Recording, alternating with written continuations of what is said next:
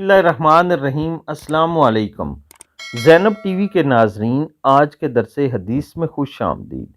ناظرین اکرام، آج کے درس حدیث کا موضوع ہے جنت میں جانے کے لیے دو چیزوں کی ضرورت۔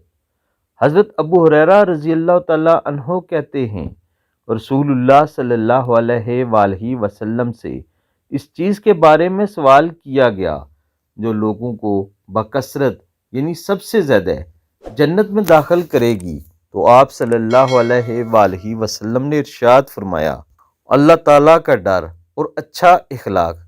ترمذی۔ ناظرین اکرام، سب سے زیادہ زور اللہ تعالیٰ سے ڈر پر دیا گیا ہے اور دوسرے نمبر پر بہترین اخلاق پر۔ جس شخص میں یہ دونوں صفات ہوں گی وہ ضرور جنتی ہوگا، لیکن اس کے ساتھ ساتھ شرط یہ ہے کہ اس نے نبی اکرم صلی اللہ علیہ وآلہ وسلم پر ایمان بھی لایا ہو۔